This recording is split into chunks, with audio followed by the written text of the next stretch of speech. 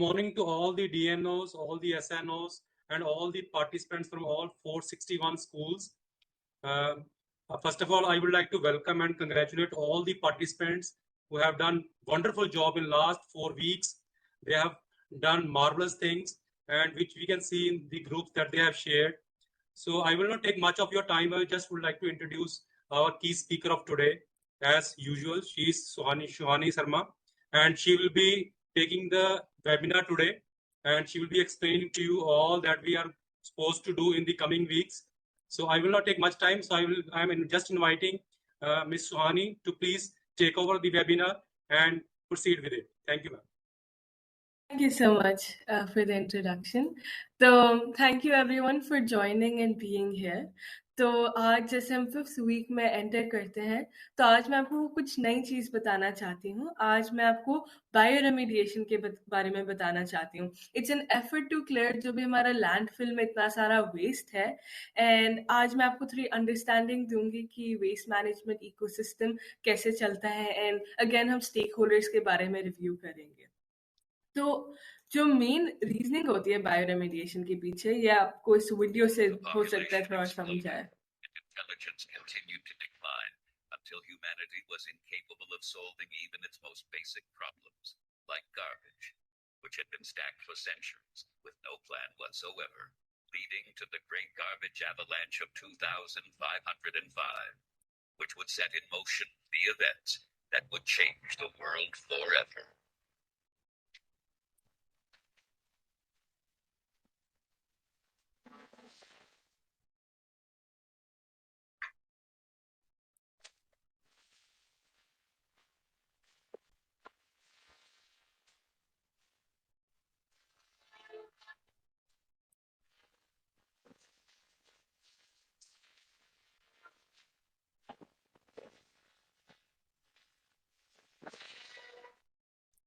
तो जैसे आपने देखा, जो एक बड़े बड़े ट्रैश के माउंटेन्स होते हैं, अगर हम इनका ना देखें तो जैसे साई-फाई मूवी थी इडियोक्रेसी, जिसमें दिखाया है कि कैसे ये पूरा का पूरा वेस्ट टॉपल ऑफ हो गया, ये हमारा हो सकता है फ्यूचर वर्ल्ड डिपिक्ट करे अगर हम अपनी वेस्ट मैनेजमेंट को सीरियसली ना लें.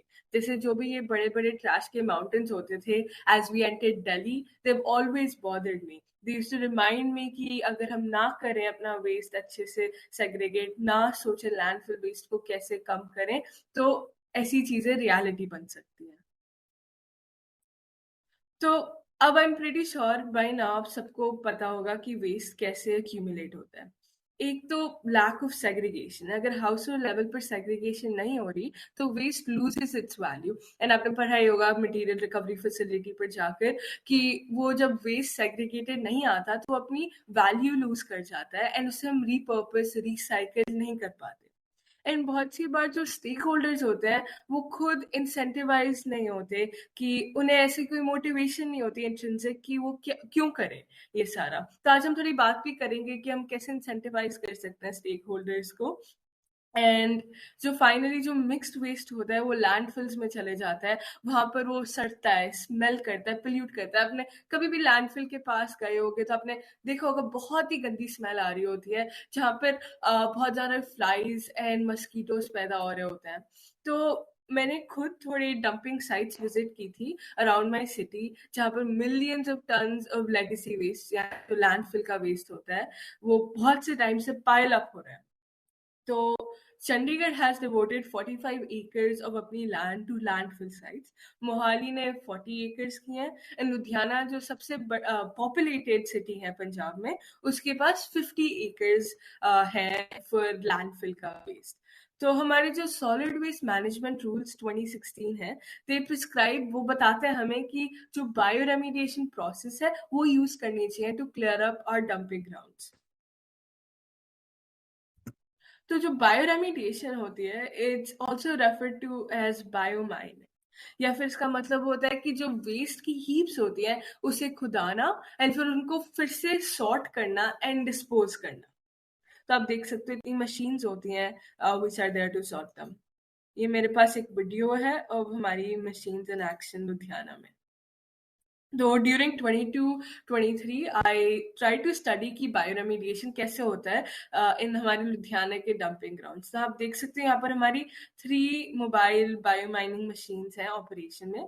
तो हर एक machine 500 ton of waste sort कर पाती है, जो हमारा लेगेसी वेस्ट है तो सॉर्ट कर पाती है।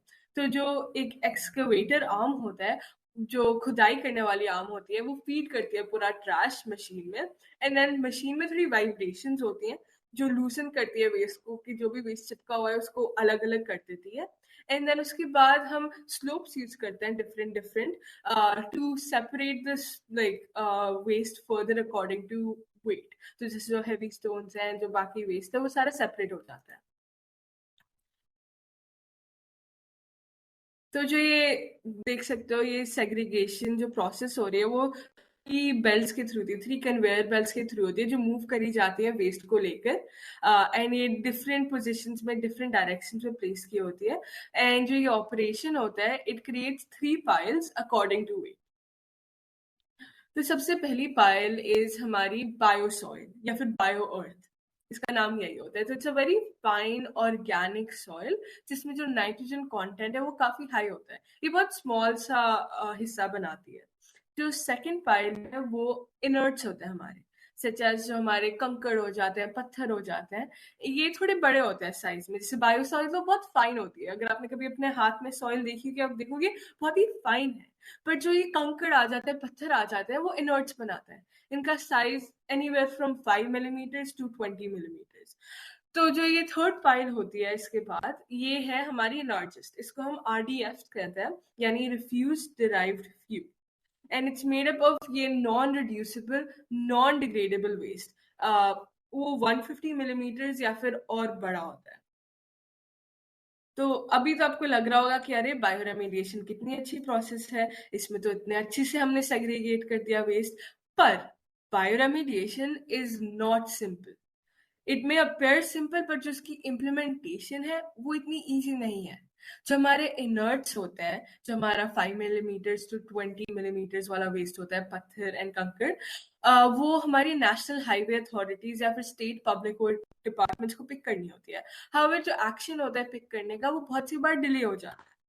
उसके बाद जो ये बायो सॉइल होती है, विच हमें लगता है कि एक मैन्योर की तरह यूज हो सकती है, वो फार्मर्स हेजिटेट करते हैं यूज करने में as a fertiliser, because they're apprehensive of इतनी सारी कंटामिनेशन। मान लो इतने टाइम से वेस्ट इतने हजार्डस वेस्ट के साथ मिक्स हो रखा है, तो आपको नहीं लगता थोड़ा कंटामिनेट हो जाएगा ओवर द इयर्स? तो इसलिए जो फार्मर्स हैं, they are very hesitant in using it.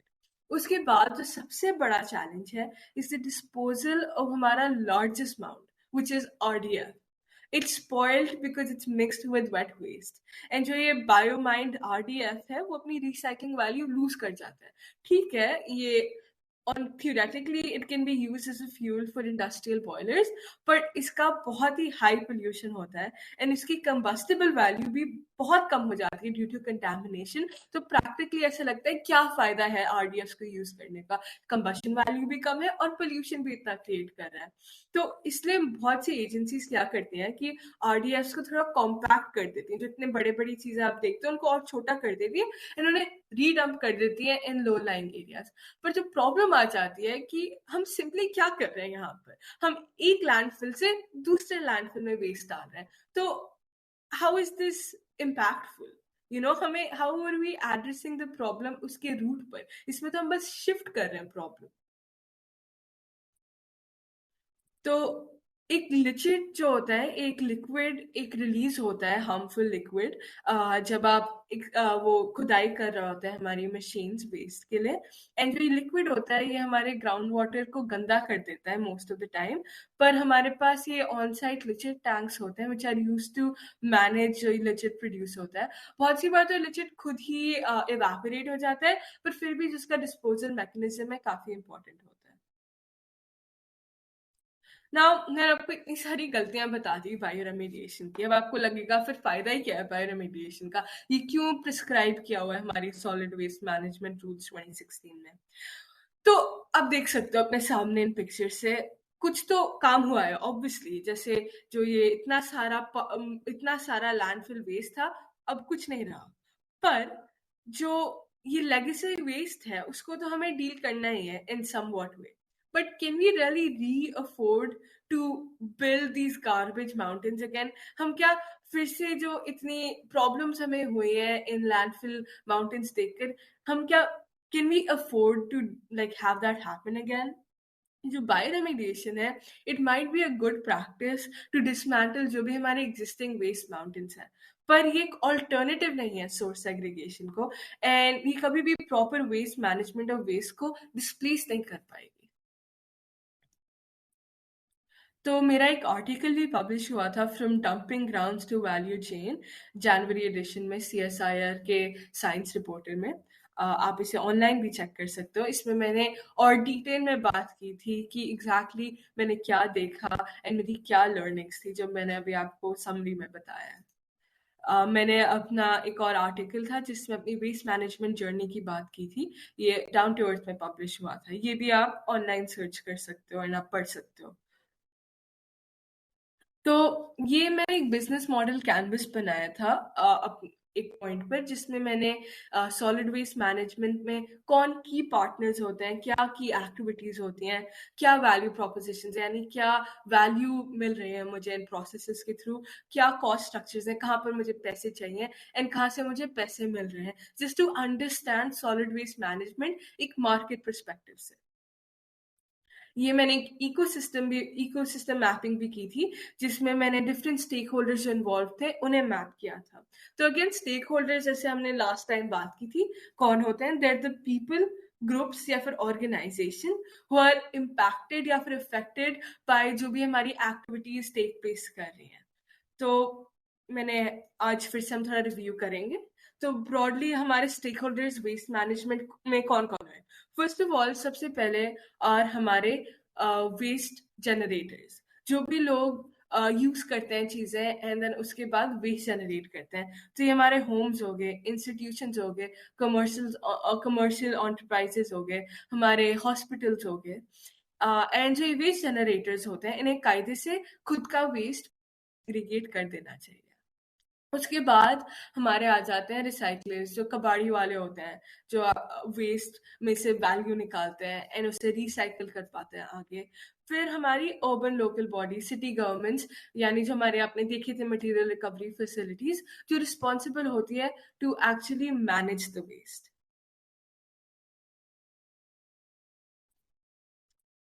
तो क्या प्रॉब्लम्स होती हैं जो ये स्टेक होल्डर्स फेस करते हैं, जिसके कारण ये पूरी प्रॉपर वेस्ट मैनेजमेंट को कैरी आउट नहीं कर पाते?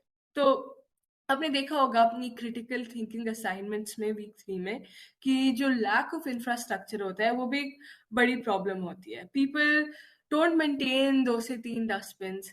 हमारी पब्लिक स्पेसेस में लोगों को 2 से 3 डस्टबिन्स नहीं दिखते। श्योर हम कह रहे हैं कि हर एक पार्क में डस्टबिन है, पर आपने देखा होगा कि बहुत रेयर होता है कि 2-2 डिफरेंट डस्टबिन हो। थोड़ी जगह कर रही है विच इज वेरी नाइस, पर फिर भी बहुत सी जगहों में 2 to 3 डस्टबिन नहीं है। एंड देन जो इतनी अर्बनाइजेशन हो रही है, उसके इतना सारा वॉल्यूम जो है वेस्ट का इतनी एक्सपोनेंशियली ग्रो कर रहा है।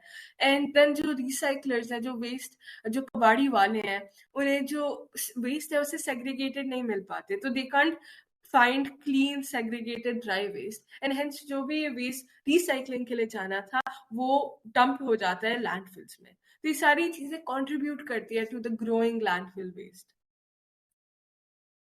तो अब मैं आपसे पूछना चाहती हूँ, हम in the sustainability leaders programme क्या सॉल्यूशंस फाइंड कर सकते हैं for our communities, our schools, हमारे घर एंड हमारे नेबरहुड्स? तो जैसे कि हम जानते हैं एंड हम इतने टाइम से बोले जा रहे हैं throughout this programme, first crucial step is कि हम 2 से 3 डस्टबिन इंस्टॉल करें, wet waste, dry waste and hazardous waste के लिए।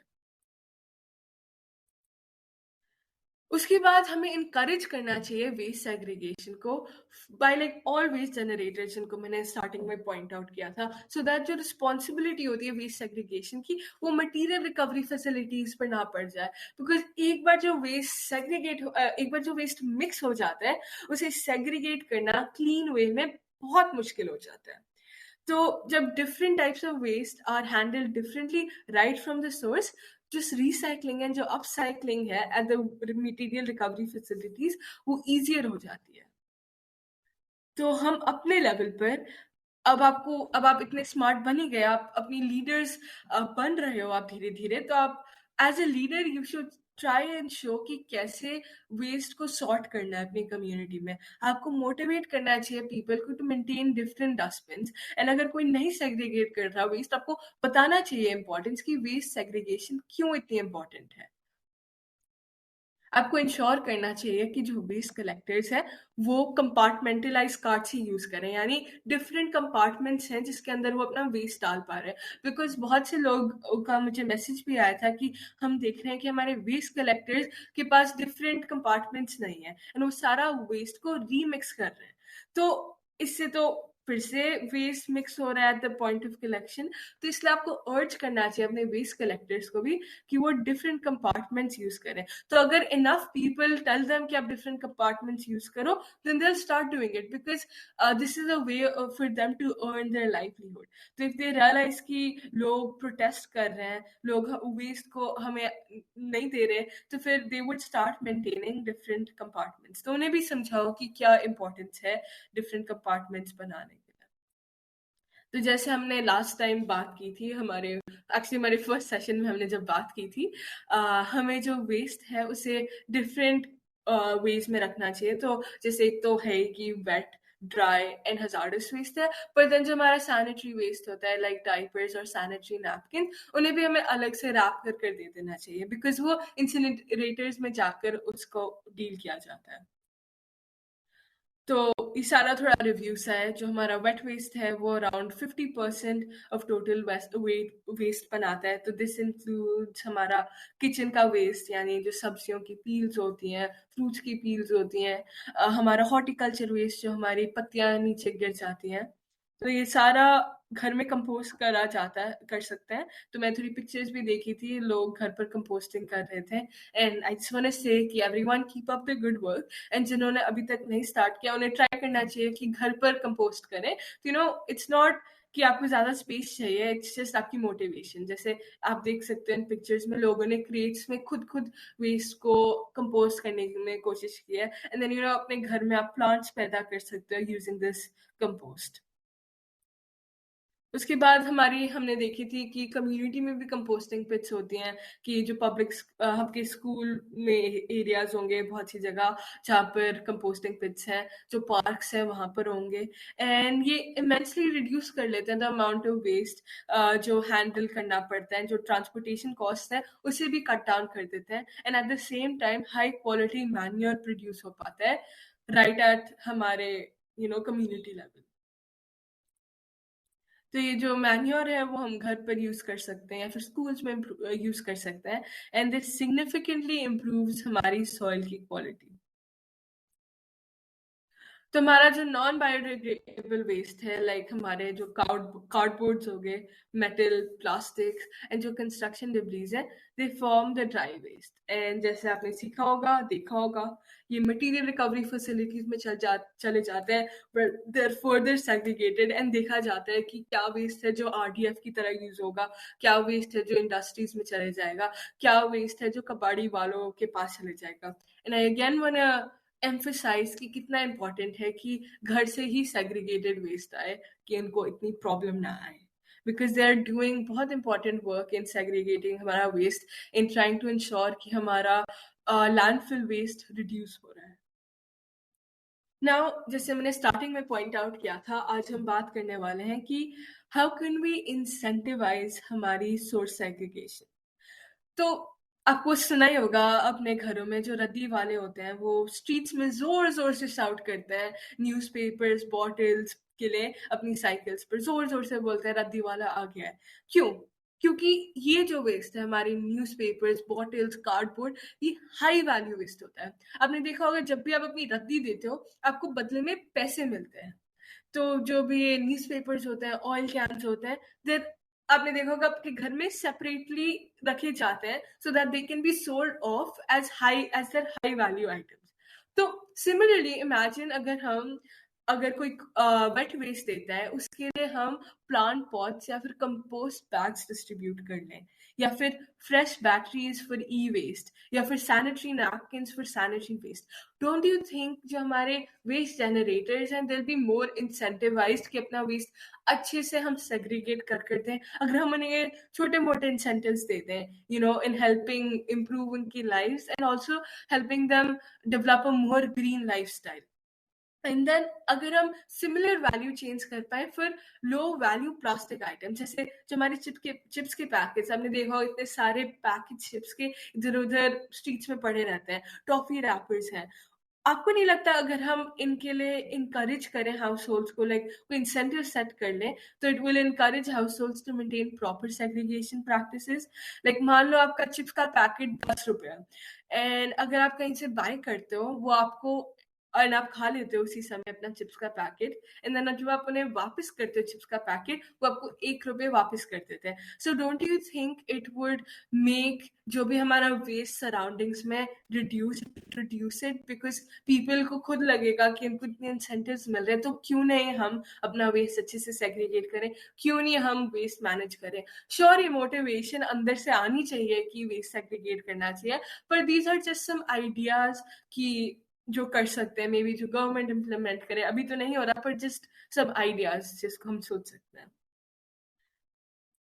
तो now I just want end अपनी presentation and just tell everyone कि let's not just segregate waste but also try and reduce it, you know, try and reduce जो भी हम waste produce करें, follow the 5 R's, you know, reduce, reuse, recycle, repurpose, and you know just help reduce जो भी हमारा waste produce हो रहा है, and कि हमारा लैंडफिल वेस्ट कम होए, एंड हमारा जो वेस्ट हैंडल हो रहा है, जो वेस्ट ट्रांसपोर्टेशन कॉस्ट को ऐड कर रहा है, वो सारा कम होए। एंड देन लाइक ऑलवेज आप मेरे यूट्यूब चैनल @सुहानी शर्मा 208 पर जाकर और लर्न कर सकते हैं about the programmes activities, and हमारी जो वेबसाइट है जो आपके साथ शेयर की है उसको भी आप चेकआउट कर सकते हैं अगर आपको और इन डेप्थ कुछ समझना है, जैसे हमारी जो इकोसिस्टम मैपिंग थी, बिजनेस मॉडल कैनवसेस थे, वो सारे मेरे वेबसाइट्स पर है। तो thank you so much everyone for your attention, and I hope आप सबने आज कुछ सीखा हो। Thank you so much.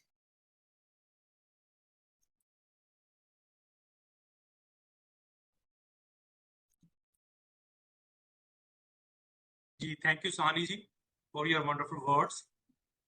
सो अभी मैं डॉक्टर पूरन सिंह जी से रिक्वेस्ट करूंगा कि वो अपने कीमती समय में से कुछ अच्छे विचार हमारे साथ शेयर करें। सो गुड मॉर्निंग एवरीवन, नमस्ते। और ये जो कार्यक्रम चल रहा है इसकी जिस ग्रुप में सस्टेनेबिलिटी ग्रुप में मैंने देखा है कि बच्चों ने, विशेषकर स्टूडेंट्स ने बहुत ही शानदार काम किया है, और आजकल जो पोस्टर मेकिंग है और पेंटिंग्स हैं और बहुत सी एक्टिविटीज हैं बड़े अच्छे से शेयर की जा रही हैं। इससे ये स्पष्ट है कि बच्चे जो स्टूडेंट्स हैं they are really going to become the sustainability leaders. अब सुहानी ने जो आपको आज एक प्रकार से एक उसका रिवीजन मतलब करवाया है, यानी फ्रॉम बिगिनिंग टू एंड, मैं आपको जो उन्होंने बताया उसी के बारे में थोड़ा सा आपको बताना चाहूंगा। देखो, जो कचरा है उसको हम बोलते हैं सॉलिड वेस्ट, परंतु इसको आजकल कहने लगे हैं सॉलिड रिसोर्स। मतलब कचरा कचरा ना होकर एक संसाधन है, ये एक आमदनी और रोजगार का जरिया है।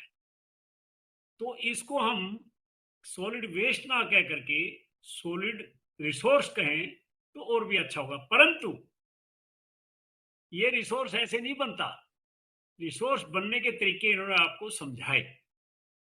आप अंदाजा लगाएं, अनुमान करें या सोचें, जब हम वेस्ट को घर में, कचरे को, यानी इसका सूत्र है कि कचरे को जहां पैदा होता है वहां हमें अलग अलग रखना है। और जो कंट्री है जैसे जर्मनी है, जापान है और कई पश्चिमी देश है, वहां तो कचरे को 6-7 स्ट्रीम्स में अलग अलग रखा जाता है। वो लोग सोचते हैं कि हम इकट्ठा देने की बजाय देखिए घर पे ही 5-7 जगह मतलब इसको सेग्रीगेट कर लें तो एक बहुत बड़ा समाधान है हमारे सामने कचरे का। तो ये रिसोर्स तब बनता है, आमदनी का जरिया तब बनता है जब हम इसको अलग अलग जहां पैदा होता है, घर हो, चाहे दुकान हो, चाहे होटल हो, चाहे स्कूल हो, चाहे सोसाइटी हो, चाहे कोई फौजी एरिया हो, चाहे कोई पुलिस का एरिया हो, कोई भी ऑफिस हो, वहां यानी जहां कचरा पैदा होता है उसको अलग अलग किया जाए। आप एक बार ये एक्सपेरिमेंट करें घर पर। मेरी सभी पार्टिसिपेटिंग स्टूडेंट से रिक्वेस्ट है कि एक बार आप एक्सपेरिमेंट करके जरूर देखें कि जिस दिन आपने कचरे को अलग अलग किया, कचरे की क्वालिटी बिल्कुल अलग होगी, यानी आपको लगेगा कि हाँ भी मैंने कुछ वर्थवाइल किया है। और जिस दिन हमने कचरे को इकट्ठा डाल दिया, चाय पत्ती भी उसी में, बना हुआ खाना भी उसी में, लिफाफे भी उसी में, कागज भी उसी में, और सैनिटरी पैड भी उसी में, और जो आपका कोई ई वेस्ट है वो भी उसी में, कोई दवाई के पत्ते हैं वो भी उसी में, तो फिर वो वेस्ट वास्तव में वेस्ट बन जाता है और ये एक बहुत बड़ी प्रॉब्लम बन जाती है। आप जहां से गुजरते होंगे, मैंने पहले भी एक बार आपसे चर्चा की थी, किसी गांव की एंट्री पर और एग्जिट पर, किसी शहर की एंट्री पर और एग्जिट पर कूड़े के ढेर मिलते हैं, और अल्टीमेटली म्यूनिसिपल बॉडी या पंचायतें इसको उठा करके एक जगह ले जाती हैं और वहां बड़े बड़े डंप साइट क्रिएट हो जाते हैं, बहुत बड़े बड़े, जैसे लुधियाना है हमारा, जमालपुर में बहुत बड़ा डंप साइट है, अमृतसर में भक्तावाला में बहुत 11 लाख टन कचरा पड़ा है, लुधियाना में 25 लाख टन कचरा है, जालंधर में लगभग 10 लाख टन कचरा है। यानी इतने इतने लाखों टन जो कचरे के ढेर पड़े हैं, उसके बहुत भारी नुकसान है। आप ये समझें, यदि अगर हम कचरे को अलग अलग नहीं करके और वहां सीधा डंप साइट पे किसी भी जरिए जाएगा तो उसके बहुत भारी नुकसान। एक तो धरती के नीचे का पानी सबसे ज्यादा गंदा होगा, क्योंकि उसमें से बरसात होगी या उसमें से जो नमी है वो नीचे जाएगी, वो परकोलेट होगी, नीचे जाएगा और वो पानी को गंदा करेगा, सब सॉइल वाटर को। वो ना तो पीने लायक रहता है, ना पानी सिंचाई लायक रहता है। और सबसे बड़ी बात, इससे बड़ा भारी एयर पोल्यूशन होता है। कैसे? एक तो कूड़े से स्वयं बदबू आएगी, जब वो इकट्ठा होगा डिग्रेड होने लगेगा, और विशेषकर जब मिक्स होगा। दूसरा, उसमें आग लगती है समय समय पर, और जब आग लगती है तो आस पड़ोस के इलाके के लोग, वो 2, 4, 5, 6 किलोमीटर के लोग बहुत परेशान होते हैं, दुखी होते हैं, और उसकी वजह से सांस से संबंधित रेस्पिरेटरी डिजीज शुरू होती है।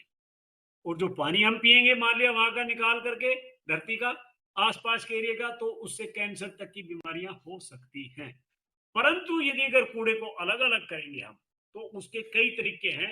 एक तो हमारा डंप साइट नहीं बढ़ेगा, और हाँ, आपको पता है जो कूड़ा इकट्ठा हो जाता है उसकी कॉस्ट क्या है अलग अलग करने की। जैसे सोहानी ने बताया कि वो लुधियाना का पिक्चर दिखाया, आजादपुर का पिक्चर दिखाया दिल्ली की एंट्री पे, उसकी कीमत है 550 रुपए प्रति टन। आप अंदाजा लगाएं कि 25 लाख टन कूड़े को साफ करने के लिए, साइट को साफ करने के लिए जिस जमीन की करोड़ों रुपए कीमत है, उसकी लागत देखें आप। और वो लागत कहां से जाएगी? मेरी, आपकी और हम सब की जेब से। जो पैसा हम टैक्स के रूप में देते हैं वो फिर उसको सुधारने में लग जाएगा। तो हमारा बहुत बड़ा कंट्रीब्यूशन हो सकता है अगर हम घर पर ही कचरे को अलग अलग करें, नंबर 1। और कोशिश करें कि घर पर गीले कूड़े की खाद बनाएं। अपने घर में एक छोटा सा पिट बना लें, गड्ढा 1 बाय 1 मीटर का, 1 मीटर चौड़ा, 1 मीटर लंबा, 1 मीटर गहरा, या उससे छोटा बना ले, या 4 बकेट रख ले, या आजकल तो पिक्चर कंपोस्टिंग भी होती है, घड़े से भी कंपोस्ट करते हैं, छत पे रख ले, वहां छोटा सा शेड डाल ले, या कहीं आपके पास खुला कंपाउंड है तो वहां रख ले, और उससे खाद बनाएं। और सूखा कूड़ा है, उसके 2 फायदे आपको भी, या तो आप कबाड़ी को ही दे और उससे पैसे लें क्योंकि वो खरीदता है, और ये अगर कबाड़ी को ना दे तो कचरा लेने वाले को दे, उसको सिर्फ सूखा ही दे, गीला दे ही मत। गीला देना भी पड़े तो अलग अलग दे। अब यहाँ ड्यूटी शुरू हो जाती है या तो पंचायत की या फिर अर्बन लोकल बॉडी की, कि वो जो कलेक्शन का उनका साधन है वो भी अलग अलग वाला ही होना चाहिए और समय पर पहुंचना चाहिए कूड़ा लेने के लिए। ये बहुत बड़ी जरूरत है, क्योंकि अक्सर ये होता है कि यदि अगर समय पे और रेगुलर समय, मतलब उसने कहा जी मैं 11 बजे डेली आऊंगा, या म्यूनिसिपैलिटी कहेगी कि 11 बजे कलेक्ट करने के लिए डेली कोई ना कोई आएगा, या 7 बजे आएगा, या 8 बजे आएगा, तो फिर हम उसको, यानी हम सबकी जिम्मेदारी, हमारी जिम्मेदारी अलग अलग रखना, अलग अलग देना, गीले कूड़े की कंपोस्ट करना और सूखे कूड़े को अलग रखना। अब जब हम उनको सूखा कूड़ा दे देते हैं तो म्यूनिसिपैलिटी उसकी फिर बेल बनाती है, गांठ बनाती है बड़ी बड़ी। आपको कभी नेक्स्ट कभी टाइम लगा तो आपको पिक्चर भी दिखाएंगे उसकी, और फिर उसको बेचती है। एक कूड़ा वो है जो रिसाइकल हो जाता है, दूसरा कूड़ा वो है जिसको फ्यूल के तौर पर, ईंधन के तौर पर यूज किया जा सकता है, विशेषकर इंडस्ट्रीज में, वहां पर उससे बॉयलर्स बड़े बड़े इस किस्म के होते हैं कि वहां उसका यूज होता है। और मैंने सुना है यूपी में शुगर मिल है, पेपर मिल है, मारुति पेपर मिल शामली के पास, वो 100% RDF ही फ्यूल के तौर पर यूज करते हैं। इसके दो फायदे हैं, एक तो कचरे का समाधान और दूसरा फ्यूल की बचत। जो कन्वेंशनल फ्यूल है हमारा, उसकी बहुत भारी बचत, जिसको हमें बचाने की आज बहुत भारी जरूरत है। और इसी प्रकार से और भी पंजाब में भी कुछ ऐसी जगह है, पेपर मिल्स हैं, लुधियाना में पेपर मिल्स है, उन्होंने ऑफर किया था कि हम भी आपसे ये सूखा कूड़ा जो अलग किया हुआ है इसको हम ले सकते हैं और हम इसको ईंधन के तौर पर यूज कर सकते हैं। तो ये तो बात हुई कि ये कूड़े को अलग अलग करने का क्या फायदा है। कचरे को कम भी किया जा सकता है, जैसे हम प्लास्टिक ना लें दुकान से, हम उस प्लास्टिक को तो अवॉइड कर ही सकते हैं जिसको हम अवॉइड कर सके। जैसे हम बाजार में जाएं तो थैले लेकर जाएं, सब्जियां सभी थैले में लाएं, बाजार से चीजें थैले में लेकर आएं। जैसे हम यदि अगर कुछ थैले कोई लेके आता है, वो इस प्रकार के उनको 2 बार 3 बार 4 बार 5 बार यूज करें, फिर जो हम यूज करने के बाद उसको रिसाइकलिंग के लिए भेजें। हम आजकल क्या चला है, जैसे जूता है हमारा नीचे से टूट गया, जरा सा टूटा नहीं, हमने उसको फेंक दिया, हम उसका तला लगवाएं, इससे क्या होगा, वो रिफर्बिश हो गया है, उस चीज को हम दोबारा यानी लगातार यूज करें, अल्टरनेट यूज करें, या ऑप्शनली कभी कभार यूज कर सकते हैं, उसको फेंकने की बजाय उसको सुधरवा कर उसको यूज करें। जैसे हमारे चप्पल टूट जाते हैं तो हम उसमें स्टेप्स यदि अगर नहीं डलवा लें तो अगले 6 महीने और काम दे सकता हो। यानी कचरे को कम करने का, उसको रिनोवेट करने का, आजकल वेस्ट टू वंडर भी होने लगा। जैसे टायर है, उनको हमने पेंट किया और सजावट के लिए लगा दिया, बहुत से खिलौने, इसके लिए अर्बन लोकल बॉडी में RRR सेंटर्स बने हुए हैं। तो वहां हम अपने जो रैग्स हैं, वो जो बने हुए कुछ खिलौने जो हम डिस्ट्रॉय करते हैं, फेंकते हैं, और बहुत सी चीजें वहां उनको रख दिया जाए ताकि जरूरतमंद आदमी उनको वहां से ले जाए और वो कुछ समय और भी सिस्टम के बाहर रहे। तो जो जितने भी, यानी हमें अब जो मेन बात है वो ये है कि हमें कूड़े को अलग अलग करना है जहां कचरा पैदा होता है। मैंने पिछली बार भी बताया था कि गांव के अंदर जो गीला कूड़ा है उसको हम, जिसके पास पशु है वो पशु को जाना चाहिए।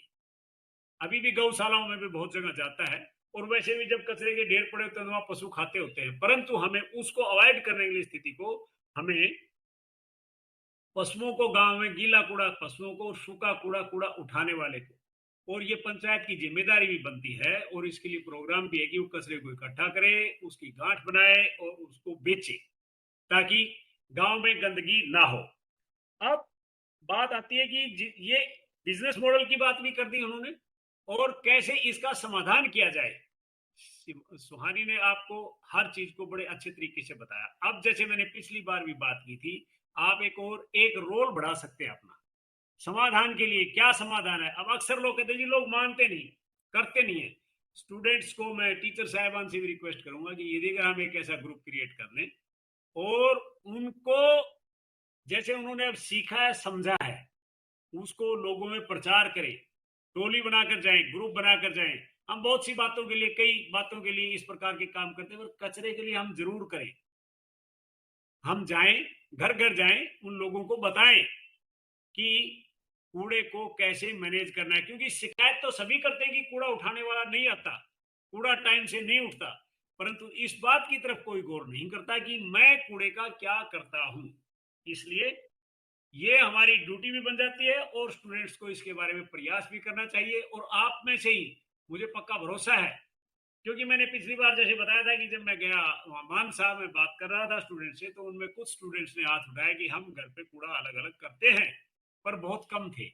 वही लोग लीडर बन सकते हैं, वही लोग कचरा मैनेजमेंट को सस्टेन कर सकते हैं जो इस बात को समझें और उसको ग्राउंड पर लागू करने की कोशिश करें। जो भी समस्या है उसका समाधान हमारे पास है, हमें उस समाधान की तरफ बढ़ना चाहिए, ना कि शिकायत की तरफ। हम आई बार इधर लोकल बॉडी के पास जाते हैं कि आप कूड़े को उठाते नहीं है, हम भी कूड़े को, बेहिसाब कूड़े को फेंकते हैं। यदि अगर हम उसको सिस्टमेटिक ढंग से रखेंगे, उसको सेग्रीगेट करेंगे, उसको प्रोसेस करेंगे, और यदि अगर हम म्युनिसिपल बॉडीज की मदद तभी हो सकती है जब हम सब मिलकर उनका सहयोग करें। और गांव में भी एक सिस्टम बन सकता है, यदि अगर वहां की पंचायतें चाहें और वहां का एडमिनिस्ट्रेशन चाहे कि हर गांव से कलेक्शन का, सूखा कूड़ा कलेक्शन का एक सिस्टम होना चाहिए और गीले कूड़े की कंपोस्टिंग के लिए व्यवस्था होनी चाहिए। ये नेशनल लेवल पर भी एक प्रोग्राम है, स्वच्छ भारत मिशन ग्रामीण। जिस प्रकार से स्वच्छ भारत मिशन शहरी है, इसी प्रकार से स्वच्छ भारत मिशन ग्रामीण है, जहां पर गीले कूड़े की खाद बनाने के लिए और सूखे कूड़े को चैनलाइज करने के लिए व्यवस्थाएं की जाती हैं। तो आप सब ये समझते हैं कि कूड़े का कितना नुकसान है, बहुत सी बीमारियां कूड़े से फैलती हैं, इसलिए इसका समाधान ढूंढने की कोशिश करें और इस कार्यक्रम के माध्यम से जो आपने सीखा उसको आगे बढ़ाने की कोशिश करें। और जैसे बड़े बड़े शहरों में बड़े बड़े डंप साइट लगे हैं, आप लोग ये कोशिश करें कि गांव में किसी प्रकार का ऐसा डंप साइट ना बने। मान लिया कहीं की 2000-4000 पॉपुलेशन वाला डंप साइट कल को क्रिएट होना है, इसलिए उसको अभी से मैनेज करना शुरू करना है।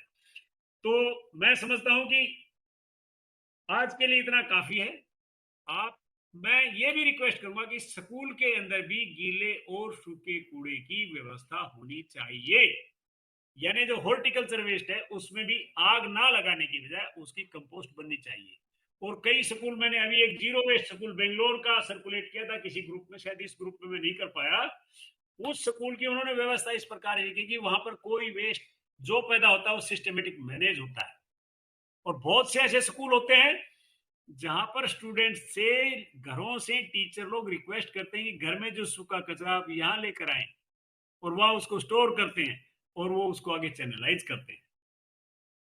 तो आज के लिए इतना ही, और मैं समझता हूँ कि आप इस प्रोग्राम को अच्छे से समझ रहे होंगे। और ये सिर्फ समझने के लिए नहीं है और ये थ्योरेटिकल एस्पेक्ट नहीं है, ये एक प्रैक्टिकल एस्पेक्ट होना चाहिए, क्योंकि आपने ही भविष्य में इस मामले में आगे बढ़ना है और देश को एक अच्छा साफ सुथरा माहौल देना है, और ताकि हम प्रदूषण से बचें। कचरे का प्रदूषण, बहुत ज्यादा प्रदूषण है आजकल। मैं जब जैसे ही लालड़ू से चलता हूँ तो लालड़ू से लेकर चंडीगढ़ तक जगह जगह 20 जगह आग लगी होती है, और उससे आगे जहां भी बड़े बड़े ढाबे हैं, बड़े बड़े होटल्स हैं, उनके बराबर में आग लगी होती है, तो कूड़ा जलाते हैं। इसी प्रकार से आपने भी देखा होगा गांव में जितने मैरिज पैलेस है आजकल, पिंडा च भी मैरिज पैलेसिस बन गए, ਤੇ ਉੱਥੇ ਵੀ ਉਹ ਆਗ ਹੀ ਲਾਉਂਦੇ ਨੇ, ਉਹ ਸਾੜਨਾ ਹੈ ਜੀ ਬਸ। और जिथे ਅਸੀਂ लंगर वगैरह लाने उत्थे भी सड़कों के ਜਿਹੜੇ लंगर लाने वो सारा कूड़ा काड़ा उत्थे ही इकट्ठा करके जला देने। तो हमें इसको रिप्लेस करने के लिए ऐसी चीजों का प्रयोग भी शुरू करना चाहिए जो डिग्रेडेबल हैं, क्योंकि प्लास्टिक वेस्ट से जब जलता है तो कार्सिनोजेनिक गैसेस निकलती हैं, न्यूरॉन्स होते हैं उसमें, और वो कैंसर पैदा करते हैं। So thank you very much, thank you Suhani for the very nice interaction, and Yunesh ji आपका भी बहुत बहुत धन्यवाद, और सभी साथियों का, सभी बच्चों का जो अभी भी डटे हुए हैं। और मैं समझता हूँ कि डटने का मतलब ये है कि वो लोग डटे हुए हैं, हालांकि अध्यापकगण आपको डायरेक्शन भी करते रहे होंगे, परंतु आप इसके बारे में आपने जरूर सीखा होगा और आप डटे हुए, तो इसका मतलब कुछ करेंगे, कुछ करके दिखाइए। सबसे बड़ी बात यह है कि आज हमें कुछ करके दिखाने की बात है, वो दिखाने के लिए नहीं दूसरों को, परंतु अपने मन की संतुष्टि के लिए। यदि अगर हम अच्छे से करेंगे, और एक आपको चलते चलते और बता दूं, जब अपने गांव के लोग ऑस्ट्रेलिया से, कनाडा से, जर्मनी से, जापान से वापस आते तो कहते हैं ओ उत्थे मैं गया सी, उत्थे कूड़े नूं तुसीं इत्थे टॉफी दा रैपर भी तुसीं नहीं सुट सकदे, वो जुर्माना ला देंदे ने। बट इत्थे इंडिया विच ये साडा फ्री कंट्री है, कितने ही छुटिए कूड़ा, कितना पैदा करिए। तो जब हम उनकी तारीफ करते हैं तो हमें उन जैसा बनना भी चाहिए। तो let's do great thing, and great people do great things but differently, अलग अपने तरीके से करें। थैंक यू वेरी मच, बहुत बहुत धन्यवाद सभी का।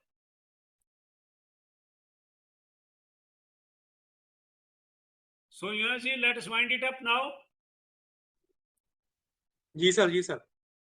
So I would like to thank Suhani Sharma ji, Dr. Puran Singh ji for today's talk. So मैं एक्सपेक्ट करदा कि साडे जिन्ने भी पार्टिसिपेंट्स सुन रहे ने वो उन्हां दे दस्से मुताबक जिहड़े आ अपने अपने स्कूलों में implementation करनगे। So thank you to everybody. Thank you.